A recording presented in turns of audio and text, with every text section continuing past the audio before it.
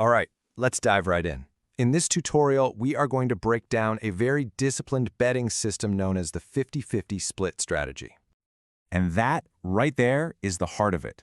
This entire game plan is built around splitting everything you do into two distinct halves. The concept itself is pretty simple, but making it work, that all comes down to taking your emotions out of the equation and sticking to a very strict set of rules. So, what does this actually mean in practice? Well, the fundamental rule is you never go all in at the start.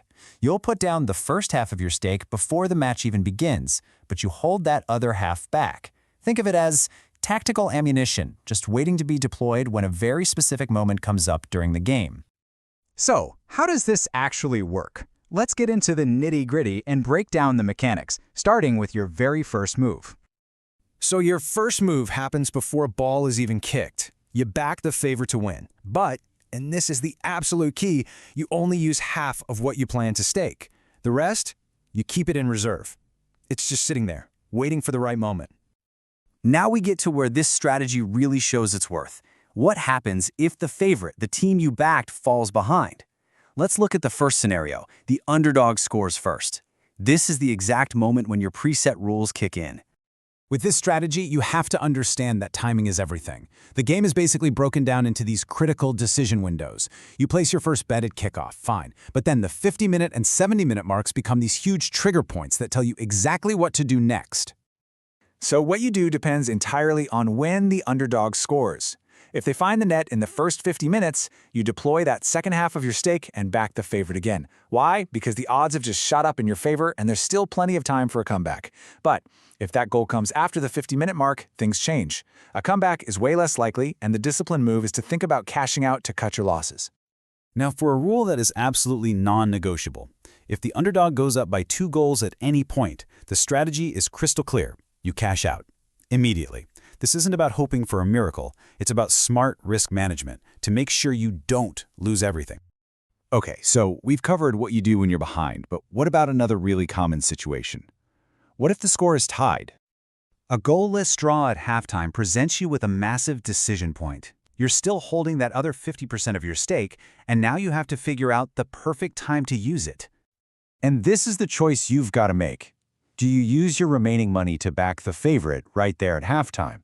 Or do you show a little more patience, wait maybe 10, 15 minutes into the second half, and see if the odds get even better, while the score is still 0-0? Okay, here's another level score scenario for you. Imagine the underdog scored first. You placed your second bet on the favorite just like the rules say, and then, bam, the favorite equalizes. The strategy says you should now lay off half of your total stake, which basically means betting against the favorite winning. It sounds weird, but this move helps you lock in a small profit or at least reduce your risk no matter what happens in the end. All right, so we've covered being behind and we've covered being level. But what about the best case scenario? What are the rules for when your first bet on the favorite is actually going well? This is so important to remember. The 50-50 split is not about hanging on until the final whistle. You should think of it more like a trading strategy. Your whole goal is to hit a specific profit target and then get out. Job done. So what are those profit triggers? It's simple. If your favorite goes ahead 2-0, or if they're leading 2-1, that is your signal. The rule is simple. You cash out, you take the profit, and you do not get greedy. Okay, let's pull this all together with the golden rules. Honestly, the most important part of this entire system is just knowing your exact exit points, both for taking a win and for cutting your losses.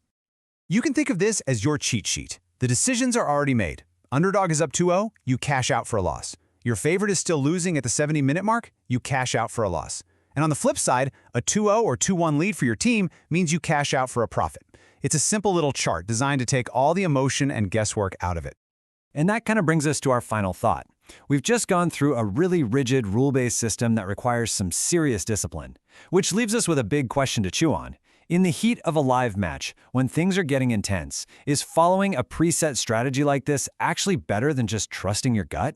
That's something to think about. Thanks for watching. Subscribe to the channel and click the link in the description.